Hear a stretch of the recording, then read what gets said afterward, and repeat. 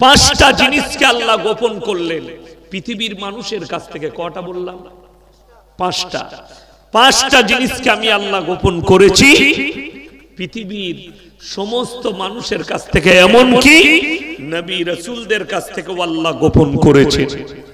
এক নম্বর কি শুনেলেন? সূরা লুকমানের শেষ আয়াত, ইন্নাল্লাহা ইনদাহু ইলমুস সাআ ওয়া ইউনাজ্জিলুল গায়থ ওয়া ইয়ালামু মা ফিল আরহাম ওয়া মা তাদরি নাফসুম মাযা তাকসিবু গাদা ওয়া মা তাদরি নাফসুম বিআইয়ি আরদিন তামুত ইন্নাল্লাহা আলিমুন খাবীর। হে আমার নবী বলে দাও, ইন্নাল্লাহা ইনদাহু ইলমুস সাআ, কিয়ামত কবে হবে আমি আল্লাহ ছাড়া পৃথিবীর কেউ জানে না। জোরে বলুন সুবহানাল্লাহ। কিয়ামত কবে হবে পৃথিবীর কেউ জানে না। আল্লাহর হাবিব সাল্লাল্লাহু আলাইহি সাল্লামকে বেঈমান কাফেররা একাধিকবার প্রশ্ন করেছে, কোরআনে আছে। নবীকে প্রশ্ন করা হলো, ইয়াসালু আইয়ানা ইয়াউমুল কিয়ামা, হে নবী আপনি বলুন কিয়ামতটা কবে হবে। নবীজি সাল্লাল্লাহু আলাইহি সাল্লাম উত্তর দিয়েছেন। উত্তর কে দিয়েছেন? আমার আল্লাহ। হে নবী আপনি বলে দেন। কাকে? পৃথিবীর মানুষকে। যখনই নবীজি বলেছেন ইয়াসালু আইয়ানা ইয়াউমুল কিয়ামা, আপনি মানুষকে এত ভীত কঙ্কিত করছেন, মানুষকে এতটা কিয়ামত সম্পর্কে বর্ণনা দিচ্ছেন, কিয়ামতের তারিখটা একবার বলে দেন। আমার আল্লাহ রাব্বুল আলামিন নবীজিকে বললেন, হে নবী পৃথিবীর মানুষকে বলে দাও, ফাইদা বারিকাল বাসার ওয়া খাসাফাল কমার ওয়া জুমিয়াশ শামসু ওয়াল কমার ইয়াকুলুল ইনসানু ইয়াউমাইদিন আইনাল মাফার। হে নবী পৃথিবীর মানুষকে বলো, তাদেরকে শুনিয়ে দাও, ফাইদা বারিকাল বাসার, সেদিনে তোমাদের চোখগুলো স্থির হবে। আল্লাহ এখানে তারিখ বলেননি, আল্লাহ রাব্বুল আলামিন খালি আলামতগুলো বলে দিলেন কি কি ঘটবে। ফাইদা বারিকাল বাসার, তোমাদের চোখগুলো স্থির হয়ে দাঁড়িয়ে যাবে। স্থির কাকে বলা হয়? কোন আশ্চর্য জিনিসকে দেখলে চোখ দাঁড়িয়ে যায়, সেটাকে আশ্চর্য বলা হয়। বিসমিল্লাহ। ফাইদা বারিকাল বাসার, তোমাদের চোখগুলো স্থির হবে। ওয়া খাসাফাল কমার, যেদিনে চন্দ্রকে আলোহীন করে দেয়া হবে। ওয়া জুমিয়াশ শামসু ওয়াল কমার, যেদিনে চাঁদ আর সূর্যকে একটা রাস্তায় টক্কর খাওয়ানো হবে। কোরআন বলছে ইয়াকুলুল ইনসানু ইয়াউমাইদিন আইনাল মাফার, মানুষ সেদিনে বলবে কোথায় পালায়ন করলে বাঁচি। কোরআন বলছে কাল্লা লা ওয়াজার ইলা রাব্বিকা ইয়াউমাইদিনিল মুস্তাকার, সেদিনে নিজের রবের কাছে, আল্লাহর কাছে দণ্ডায়মন ছাড়া বিকল্প আর কোনো রাস্তাই থাকবে না। আল্লাহর কাছে দণ্ডায়মন হতে হবে। এটা এক নম্বর। কিয়ামত কবে হবে আমি আল্লাহ ছাড়া পৃথিবীর কেউ জানে না। ইন্নাল্লাহা ইনদাহু ইলমুস সাআ ওয়া ইউনাজ্জিলুল গায়ব ওয়া ইয়ালামু মা ফিল আরহাম, কিয়ামত কবে হবে আমি আল্লাহ ছাড়া কেউ জানে না। মায়ের গর্ভে বেটা আছে না বিটি, বিকলাঙ্গ না কালো, খুড়া আছে না ভালো আছে, আমি আল্লাহ ছাড়া পৃথিবীর কেউ জানে না। একমাত্র আমি আল্লাহ রাব্বুল আলামিন জানি মায়ের গর্ভে কি আছে। এখন কষ্টটা কোথায় জানেন? আপনার আমার বাচ্চা না হলে আমরা চারিদিকে ছুটি, ডাক্তারে না হলে সব থেকে মানুষ বেশি ছুটতে শুরু করে কোথায়? মৌলবীর কাছে। কোন হুজুরের তাবিজে ছেলে হয়, কোন মৌলবীর তাবিজে ছেলে হয়।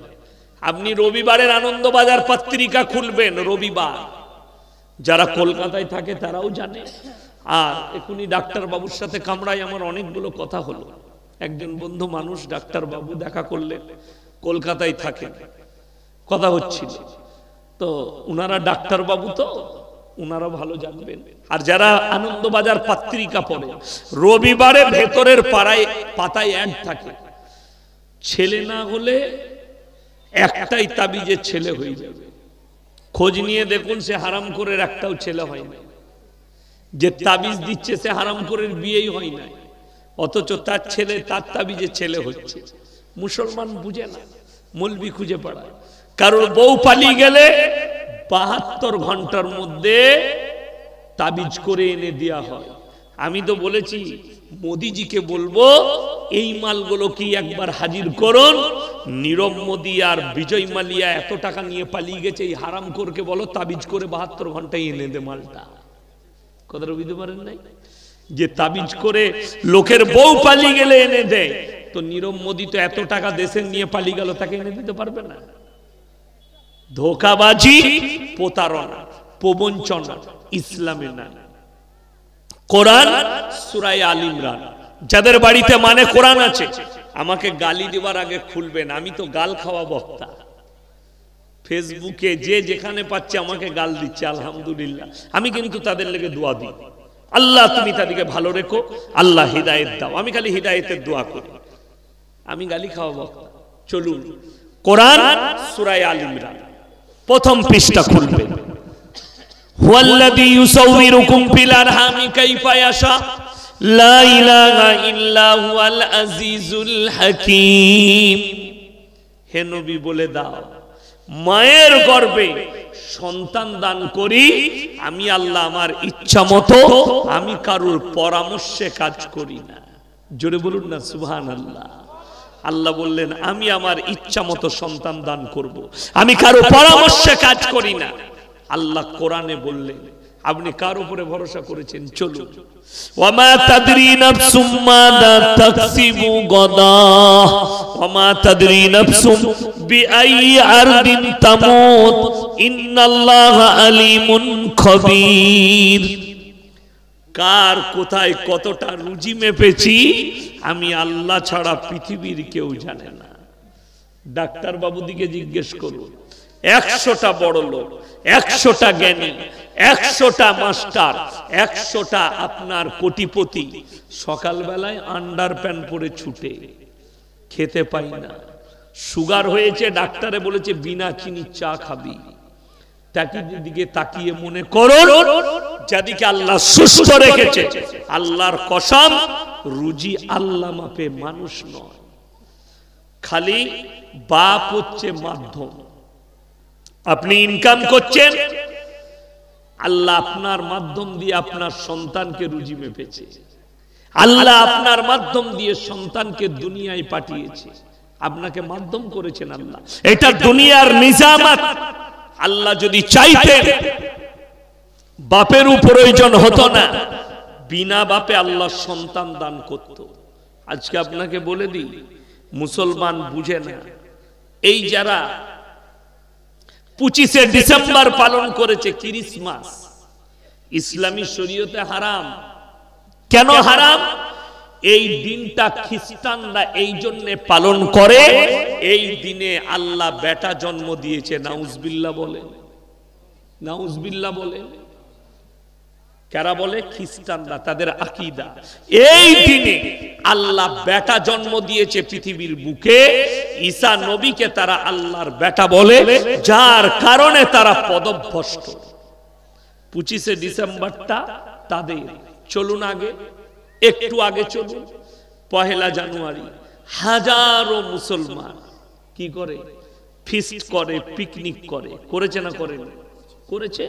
এখনো যাচ্ছে যে চল জানুয়ারি মাসে ফিস্ট করব, গান বাজিয়ে, বক্স বাজিয়ে। যে যুবকরা ফিস্ট করতে যাচ্ছে, মায়েরা বাবারা শুনে যান, সন্তান যদি জানুয়ারি মাসে আপনার পিকনিক করার জন্য পয়সা নাই, ঝাঁটা জুতো মারবেন, পয়সা দিবেন না। ইসলামী শরীয়তে যদি বলেন হুজুর 1 জানুয়ারি কেন পালন করা যাবে না, আমি মানা করব না। কোরআনকে জিজ্ঞেস করুন। গায়রিল মাগযুবি আলাইহিম ওয়ালাদ দাল্লিন। মাগযুব মানে ইহুদি, দাল্লিন মানে নাসারা। এই দুটো দলই পদভ্রষ্ট, আর এদের যারা অনুসারী হবে তারাও পদভ্রষ্ট হয়ে যাবে। অর্থাৎ আপনার কাছে এই দিনগুলো পালন করা হারাম। 1 এপ্রিল ইসলামে পালন করা হারাম। যে স্কুল কলেজের স্টুডেন্টরা 1 জানুয়ারি পালন করেন, তুমি তোমার প্রফেসরকে জিজ্ঞেস করো, তুমি তোমার প্রিন্সিপালকে জিজ্ঞেস করো, তুমি তোমার স্কুলের হেডমাস্টারকে জিজ্ঞেস করো, এপ্রিল ফুলের ব্যাকগ্রাউন্ডটা বলে দেন, কোথা থেকে এলো পরবটা, কিভাবে এলো। তোমার মাস্টারের হিম্মত নেই বলে দিন। এই দিনটাই ছিল এপ্রিলের প্রথম তারিখ, যেদিনে স্পেনে মুসলমানদের রক্তর হুলি খেলা হয়েছিল মুসলমানকে ধোঁকা দিয়ে। আর এপ্রিল ফুল মানে হচ্ছে ধোঁকা। এপ্রিল ফুল যেটা পালন হয় সেটার নাম কি? ধোঁকা, চালাকি, ঠকানো। ঠকানোটাকেই ধোঁকা বলে এক শব্দ। মানুষকে ধোঁকা দেওয়া হয়, মাস্টার ছাত্রকে, ছাত্র মাস্টারকে বলে আমি আমার মাস্টারকে এপ্রিল ফুল বানিয়ে দিলাম। হারাম করে এপ্রিল ফুলের ফুল ফর্মটা জানিস কোথা থেকে এলো, কোন জায়গা থেকে এলো? তোমার জানা নাই, তোমার হিসেব নেই যে এপ্রিল ফুল কোথা থেকে এলো, কিভাবে এলো, কোথায় এলো, কার রক্ত দিয়ে তৈরি হলো এপ্রিল ফুল। মুসলমানের রক্তর হুলি দিয়ে তৈরি হয়েছে এপ্রিল ফুলের পরব। এপ্রিল ফুলের দিন মুসলমানের রক্তর হুলি দিয়ে তৈরি হয়েছে। আর তুমি মুসলমান হয়ে সেটাকে সাপোর্ট করো। তুমি কি করে মুমিন থাকতে পারো? নিজেকে মুমিন বলো? মুমিন বলার তোমার কোনো সুযোগ নেই। আমার মুসলমান ভাই, রুজির মালিক আল্লাহ, আর কার কোথায় মৃত্যু লিখেছি এটা আমি আল্লাহ ছাড়া পৃথিবীর কেউ জানে না। কোথায় কত মিলিমিটার বৃষ্টি বর্ষণ হবে এটাও আমি আল্লাহ ছাড়া পৃথিবীর কেউ জানে না। কোথায় কত মিলিমিটার বৃষ্টি বর্ষণ করব এই জিনিসটাও আমি আল্লাহ ছাড়া পৃথিবীর আর কেউ জানে না। কার কোথায় মৃত্যু হবে কিভাবে লেখা আছে, কোথায় লেখা আছে, কোন জায়গায় ডুবে না অ্যাক্সিডেন্টে, খেতে গিয়ে না পড়ে গিয়ে, ক্যান্সারে না টিউমারে না সুগারে, কোথায় মৃত্যু হবে একমাত্র আমার আল্লাহ ছাড়া পৃথিবীর কেউ জানে না। এটা সবাই বিশ্বাস রাখবেন। এরপরে চলুন, আপনি নিজেকে বলছেন আমি মুমিন, আমি মুসলমান। চলুন সব থেকে প্রথমে দেখতে হবে আপনি হিদায়েতের উপরে আছেন কিনা। নিজেকে বলছেন আমার মতো মুমিন খুঁজে পাবেন না, আমার মতো নামাজি খুঁজে পাবেন না। নামাজ পড়লে মুমিন হওয়া যায়? কে বললে? আপনাকে দেখিয়ে দেবো অনেকজন। আমাদের দেশে তো এখন সিস্টেম ভালো, মদ খেয়ে মসজিদে ঢোকা যায় না, ঘুষ খেয়ে আর সুদ খেয়ে ফাঁস কাতারে নামাজ পড়া যায়। ঠিক বললাম না ভুল বললাম? যারা মনে মনে করছেন, আমাদের দেশে অনেকজন চাকরি নিয়েছে ঘুষ দিয়ে, তারা হারাম কাজ করেছে, লেখে নিয়ে যান হারাম। যারা ঘুষ দিয়ে চাকরি নিয়েছে তারা হারাম ইনকাম করছে, সেই ইনকামটা এটা কাগজ থাকে তার নোট করে নেন। হারাম ইনকাম তাদের, যারা ঘুষ দিয়ে চাকরি নিয়েছে। যারা সুদ খায়, ফাঁস কাতারে নামাজ পড়তে পায়। পৃথিবীর মানচিত্রটা কিভাবে পাল্টাচ্ছে, কিয়ামত কেন তাড়াতাড়ি হবে আর কাছে আছে শুনেলেন। উলামারা কেন বলছেন যে কিয়ামত সন্নিকটে, তার কারণগুলো বুঝিয়ে দিন। আজকে মুসলমান হক চিনতে পারেনি, ব্র্যান্ড চিনতে পারেনি। আপনার কাছে ব্র্যান্ড কি বুঝিয়ে দিন। আমি গত বছরে হায়দ্রাবাদে জলসা করেছিলাম, এবছরও করেছি, আর 2022 সালেও করেছিলাম, 23 সালেও করলাম হায়দ্রাবাদে। তো রাত 11টায় জলসা শেষ। আমার এলাকার অনেক ছেলে থাকে, সোনার ব্যবসা করে, আমার গ্রামের ছেলে থাকে, সব বন্ধু বান্ধব। তো তারা জলসা শেষের পরে বললে মৌলী সাহেব চলুন ঘুরতে নিয়ে যাব। কোথায়? চার মিনারে, ফেমাস জায়গা। গেলাম, ফালুদা খাওয়ালো, পায়েস খাওয়ালো, ফলের অনেক কিছু খাওয়ালো, পেস্তা হাউসে চা খাওয়ালো। তো দেখছি চার মিনারে অনেক দোকান আছে। একজন ঠেলা গাড়ি করে ভ্যানে করে ঘড়ি বিক্রি করছে, একটা যুবক।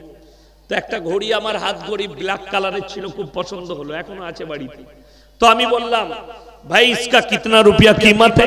बोले मौलवी साहब इसका 200 रुपया कीमत है। मैंने 150 में आएगा? बोले ले लीजिए। আমি 150 টাকায় ঘড়িটা হাতে পড়ে নিলাম।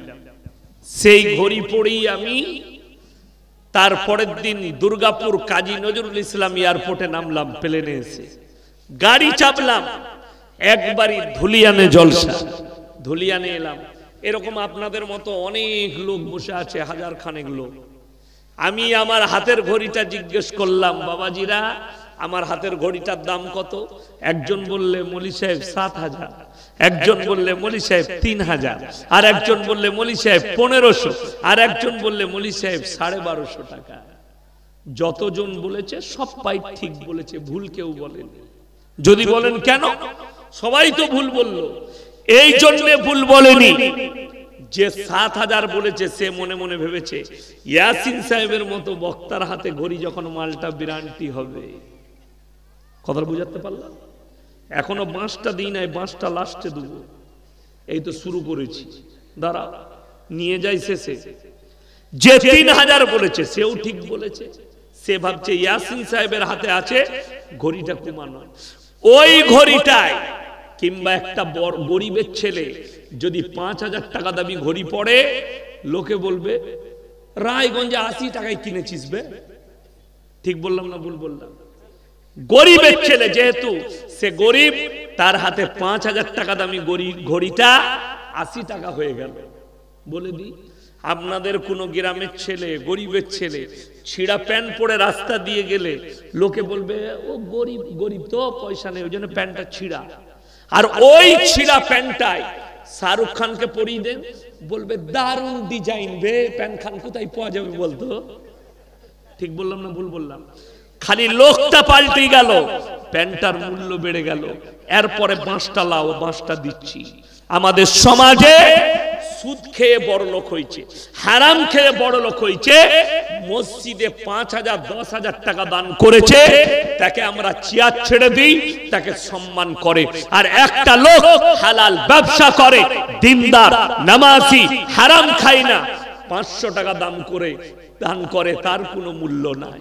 ওরে নেমো হারাম, যে হালালের পয়সা 10 টাকা দান করবে আর হারামের যদি 10 লাখ দান করে, ওই 10 লাখের থেকে 10 টাকা ওয়ালার মূল্য বেশি। এই হচ্ছে আসল ব্র্যান্ড। তোমরা ব্র্যান্ড চিনতে পারোনি। তোমরা মনে করেছো ইয়াসিনের হাতে ঘড়ি আছে মানে ইয়াসিনি ব্র্যান্ড। না, মৌলবি চিনতে হবে। না, বড় লোক পয়সা দিলে তার পয়সাটা হালাল কিনা হারাম এটা জানতে হবে। আপনি আমার গ্রামে চলুন, আল্লাহর রহমতে 5,000 বসতির গ্রাম, সব মুসলিম। জোরে বলুন সুবহানাল্লাহ। সব মুসলিম, 5,000 ঘর, একটাই মসজিদ। কটা মসজিদ বললাম? একটাই মসজিদ। এই আগে যা ছিল, নতুন করে 1 কোটি টাকার মসজিদ তৈরি হলো, 1 টাকা বাইরের লোকের নাই, সব ওর সাথে বাড়ালো 2 তালা। আমার গ্রামের নিয়ম আছে, মসজিদ কমিটিতে যারা থাকবে তারা দুর্নীতিবাজ হতে পাবে না। কোন রকমের হারাম ব্যবসায় জুড়ে থাকলে তাকে সাসপেন্ড করা হবে, এবং 5 ওয়াক্তের নামাজি হতে হবে মসজিদ কমিটিতে থাকতে হলে। আর আমি বহু জায়গায় দেখিয়ে দেব, মসজিদের সেক্রেটারি হয়েছে হারামখোর, জুম্মা ছাড়া নামাজি পড়ে না। ঠিক বললাম না ভুল বললাম? রাগ করেন না, দরকার পড়ে আমাকে দাওয়াত দিবেন, আমি বাস্তব কথা বলছি। আমার মাদ্রাসার সেক্রেটারি আছে, চলুন, ফজর কোনোদিন কাজা পাবেন না। আমার মাদ্রাসার কমিটি আছে, ফজর কাজা পাবেন না, আল্লাহর কৃপায়। আর দ্বিতীয় নম্বর, আমার মাদ্রাসা, আমার গ্রামের মসজিদে যারা রাজনৈতিকের সঙ্গে জুড়ে আছে তারা মাদ্রাসা মসজিদের কমিটিতে থাকতে পাবে না। এটা রুলস আমাদের গ্রামে। আলহামদুলিল্লাহ আমাদের মসজিদের উন্নতি, মসজিদ কমিটি এত ভালো। মসজিদের উন্নতি গিয়ে দেখে আসুন, চলুন আমার সঙ্গে, আমার গাড়িতে চেপে দেখতে পাবেন। মসজিদের কমিটিকে দেখতে পাবেন, তারা দাড়িওয়ালা কিনা, তারা নামাজি কিনা। না আমি মিথ্যা বলছি এটা জানেন, চলুন গিয়ে খোঁজ নেবেন। এই যে রেকর্ডিং হচ্ছে, এটা কি আমার গ্রামের লোক শুনবে না? কথা বলে শুনবে। আমার গ্রামের লোকও আমাকে ভালোবাসে, শুনে, তারাও শুনবে। ইয়াসিন সাহেব এই কথাটা বলেছে, এটা মিথ্যা হলে তারা ধরবে না? ধরবে না? কথা বলে ধরবে, তুমি মিথ্যা বলেছো। কিন্তু ইয়াসিন মিথ্যা কথা বলেনি। আমার আব্বাজি মোল্লা শওকত আলী মাজাহিরি, অনেকে চিনে, ইউটিউবে অনেকে জলসা শুনেছেন আমার আব্বাজি। আমার আব্বাজি হচ্ছে মসজিদের সেক্রেটারি আমার গ্রামে। আমি আমার আব্বার মাদ্রাসার শিক্ষক। চলুন মাদ্রাসার উন্নতি দেখে আসবেন, মাদ্রাসার নিয়ম কানুন দেখে আসবেন। মাদ্রাসায় কোনো কমিটি মাতাল আছে কিনা দেখে আসবেন, সুদখোর আছে নাকি দেখে আসবেন। আর আপনাকে আমি দেখিয়ে দিব বহু জেলায়, আমি দিনাজপুরের কথা বলছি না, এইখানে লোক খুব পড়ে যায়, কি বুঝলেন? আপনাদের দেশের লোক খুব ভালো আল্লাহওয়ালা, আমি আপনাদের জেলার কথা বলি নাই, বাকি অন্যান্য জেলার কথা বলছি।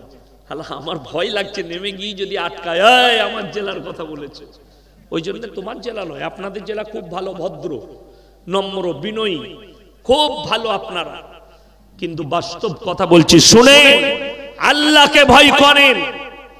কিয়ামত ওই জন্য কাছে, সুদখোরের পয়সা আছে মাদ্রাসার সেক্রেটারি করে দে, সুদ খেয়ে বড় লোক হয়েছে, লোকের মেরে নিয়ে সম্পত্তি করেছে, মসজিদের কেসিয়ার করে দে, সেই মসজিদ মাদ্রাসায় জীবনে উন্নতি হতে পারে না।